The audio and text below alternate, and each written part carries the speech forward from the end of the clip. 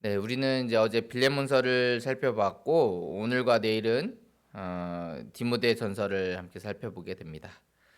이번 주는 이제 골로새서 봤다가 또 빌레몬서 봤다가 네, 또 베드로전서 죄송합니다. 디모데전서 또 금요일 토요일은 또 데살로니가 전서를 또 볼 거예요. 그래서 이렇게 막 여러 가지 성경을 같이 함께 보게 되는데 이게 좀 우리가 정신 없을 수도 있지만 그래서 더 좀 더 집중해서 우리 함께 또 말씀을 살펴보았으면 좋겠습니다. 자, 먼저 1절과 2절은 바울이 이렇게 편지를 시작을 하는 첫 인사의 부분입니다.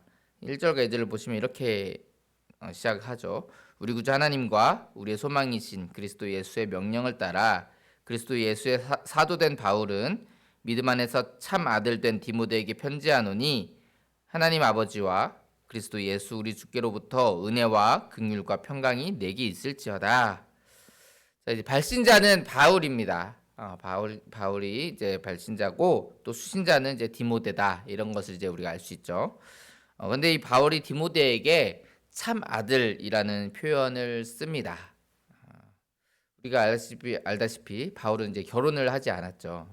결혼을 하지 않았는데 그래서 이제 당연히 자녀가 없습니다. 근데 이제 디모데를 아들처럼 사랑하며 아꼈다는 것을 이제 나타내는 표현이죠. 바울은 그러한 디모데에게 목회자로서 역할과 책임 그리고 교회 안에서의 질서 유지, 그다음에 올바른 교리 그리고 성도의 삶에 대해서 가르치기 위해서 이 서신을 기록을 했습니다. 그래서 우리는 이 디모데 전서를 목회 서신 이렇게 부릅니다. 목회 서신, 목회하는데 여러 가지 조언들을 했던 그런 서신이죠. 이 디모데 전서와 후서 다 마찬가지고요. 그리고 디도서까지 해서 우리가 목회 서신이라고 부릅니다. 아무튼 3절을 보시면 이렇게 또 바울이 이야기합니다. 내가 마게도냐로 갈 때에 너를 권하여 에베소에 머물라 한 것은 어떤 사람들을 명하여 다른 교훈을 가르치지 말며, 바울이 이제 디모데를 에베소에 머물게 했습니다. 에베소에 머물게 했던 거는 다른 교훈을 가르치는 어떤 사람들을 경계하기 위함이었죠. 어떤 사람들을 경계하기 위함이었습니다. 당시에 바울이 전하는 복음이 이제 잘못된 교훈이다라고 얘기하면서 이제 다른 교훈을 가르치던 사람들이 있었습니다. 그래서 바울은 디모데가 그 에베소에 머물면서 사람들이 그러한 가르침에 현혹되지 않도록, 그리고 그러한 잘못된 가르침을 가르치는 사람들을 막아설 수 있도록 이렇게 그 에베소에 머물게 했던 것입니다. 자, 4절에서는 그 다른 교훈이 어떤 것인지에 대해서 이야기합니다. 이렇게 얘기해요. 신하와 끝없는 족보에 몰두하지 말게 하려 함이라. 이런 것은 믿음 안에 있는 사람 하나님의 경륜을 이름보다 도리어 변론을 내는 것이라. 이렇게 얘기합니다. 여기서 이제 신화와 끝없는 족보, 이게 뭘까요? 이제 족보는 우리가 좀 어렴풋이 이렇게 이해할 수 있죠. 이게 유대인들이 그 혈통을 굉장히 중요시했으니까 그것을 얘기하는가 보다. 아브라함의 혈통이다라고 하면서 자랑했던, 그리고 그렇게 그런 모습으로 살아갔던 그 유대인들의 모습을 얘기하는 것이 아닐까, 이렇게 우리가 어렴풋이 좀 짐작을 할 수 있습니다. 그런데 그렇다 그러면 이제 신화는 뭘까요? 신화. 저는 이제 이 신화가 그리스 로마 신화를 이야기하는 것인가. 그래서 헬라인 중에는 이제 그리스 로마 신화에 좀 집착하는 그런 사람들이 있었다. 그것을 가르치려고 하는 사람들이 있었다. 그리고 그러니까 헬라인들은 뭐 이제 그리스 로마 신화에 집중을 하고 집착을 하고, 또 유대인들은 이제 족보에 혈통에 이렇게 집착하는 모습을 나타내려 한 것이 아닐까, 이렇게 좀 생각을 해봤어요. 자, 그런데 학자들은 당시 에베소에 있는 이단들이 이제 성경에 나오는 이런 막 여러 족보들이 있잖아요. 그 족보들 가운데 중요하지 않은 그 인물들에 대한 신화에 집착하는 모습을 보이는 이단들이 있었다라는 거예요.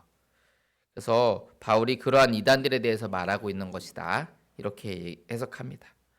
신화라는 건 실제가 아니잖아요. 그러니까 성경에 자세히 기록되지 않은 사람들이 있어요. 그러니까 뭐 족보에 보면 여러 인물들이 나오지만 그 사람들 중에 특별하게 성경이 조명하고 집중하는 사람들이 있거든요. 근데 그런 사람들이 아니라 이제 엉뚱한 사람들에 대해서 이제 집중을 하는 거예요. 성경이 기록되지 않은 것들을 그런 신화적인 여러 가지 이야기들을 지어내면서 그것으로 사람들을 현혹시키고 있었다라는 것입니다.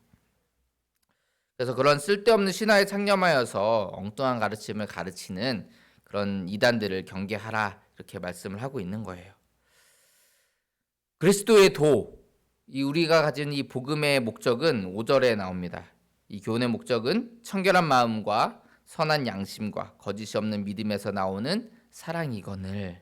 그러니까 거짓이 없이 어떤 다른 의도가 없이 선한 양심 가운데 그리스도께서 내게 베푸신 그 사랑을 나누는 것. 이것이 우리의 목적입니다. 그러나 이제 허탄한 신화를 따르고 족보에 창념하는 사람들은 7절에 보면 율법의 선생이 되려 합니다. 그러나 자기가 말하는 것이나 자기가 확증하는 것도 깨닫지 못한다 이렇게 얘기합니다. 사실 막 그 사람들이 가르치지만 사실은 그 사람 자신들도 자기들도 이해하지 못하고 깨닫지 못하는 것. 그러니까 사실 성경에 나오지도 않은 것이기 때문에 허탄한 것을 가르치고 있다라는 거죠. 그것을 이야기합니다. 왜요? 율법의 선생이 되려 하기 위해서. 그러니까 다른 사람들보다 높아지려 하고 다른 사람보다 더 내가 우월하다 이것을 드러내기 위해서 그런 얘기를 하는 거예요. 그러나 진짜 율법은 사실 그렇게 자신을 내세우려 하고 또 다른 사람보다 높아지려 하는 것이 아니죠. 8절에서 이렇게 말씀합니다. 그러나 율법은 사람이 그것을 적법하게만 쓰면 선한 것임을 우리는 아노라 이렇게 이야기해요. 율법은 원래 선한 것이죠. 하나님께서 우리에게 율법을 주신 것은 선한 목적, 선한 의도에서 주신 것입니다. 이제 이 율법의 목적에 대해서 9절부터 말씀을 해요. 이렇게 말합니다. 알 것은 이것이니 율법은 옳은 사람을 위하여 세운 것이 아니요 오직 불법한 자와 복종하지 아니하는 자와 경건하지 아니한 자와 죄인과 거룩하지 아니한 자와 망령된 자와 아버지를 죽이는 자와 어머니를 죽이는 자와 살인하는 자며 음행하는 자와 남색하는 자와 인신매매를 하는 자와 거짓말하는 자와 거짓 맹세하는 자와 기타 바른 교훈을 거스르는 자를 위함이니 여러 가지 정말 수많은 죄악들을 지금 계속 얘기하죠. 율법이 누굴 위해 세워졌다고요? 옳은 사람을 위해서, 의인을 위해서가 아니라고요. 악을 행하는 자들 위해 세워졌다 이렇게 얘기해요. 사실 의로운 사람에게는 율법이 필요가 없어요. 그렇잖아요. 율법이 있는 이유는 악을 행하는 사람들이 그것이 자신들이 이것이 악이구나, 이것이 죄구나라는 것을 깨닫게 하기 위해서입니다. 그래서 그 악한 행위를 하지 말아야 되겠구나, 이것을 깨닫게 하기 위해서 이 율법이 존재하는 거라는 얘기예요. 그리고 또한 그 율법을 어겼을 때, 율법을 범했을 때는 마땅한 벌을 받아야 된다라는 것을 알게 하는 것. 이것이 율법의 목적이다. 우리는 이렇게 말할 수 있습니다. 그런데 우리가 전하는 복음, 바울이 전하는 복음, 그리스도의 이 복음은 거기서 끝나지 않죠. 그렇죠? 거기서 끝나는 것이 아닙니다. 율법을 통해서 내가 죄인임을 그리고 그래서 죽어야 된다라는 것을 깨닫고 그래서 우리가 누가 필요하다? 그리스도가 필요하다라는 것을 느끼도록 하는 거죠. 나에게는 그리스도가 필요하구나라는 것을 느끼고 그래서 결국 그 그리스도를 믿음으로 구원에 이르는 것입니다. 바울이 전하는 복음은 바로 이거죠.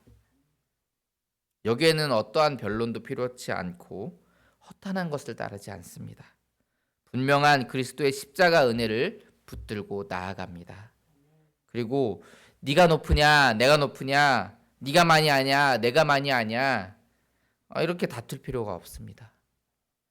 나보다 남을 낮게 여기고 겸손한 모습으로 섬기는 그러한 그리스도의 모습으로 사랑을, 은혜를 전하는 것, 이것이 바울이 전한 우리가 가진 복음인 것입니다. 사랑하는 성도 여러분, 오늘 본문을 통해서 오늘 우리가 가진 복음이 무엇인지 다시 한번 생각하면서 그 복음을 확실히 붙드시기 바랍니다. 우리의 복음은 신화와 끝없는 족보처럼 허탄하고 엉뚱한 것 위에 세워진 것이 아닙니다.